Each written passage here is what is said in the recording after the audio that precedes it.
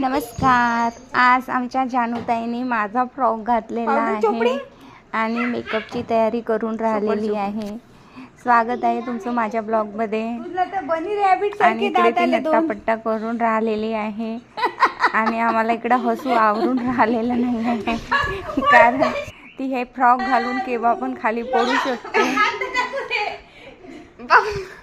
मुलींना आपल्या मम्मीचे ड्रेस घालायला फार आवडतात. तिकडे आम्ही हसू हसू पागल होऊन राहिलेलो आहे आणि तिची पागलपंती बघा.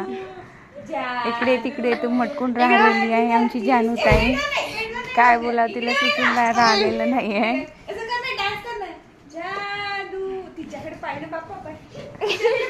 जादू बनलेली आहे ती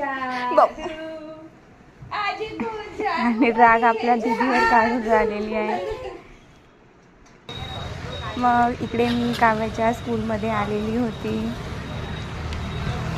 नवजीवन विद्यालय जमनापूर.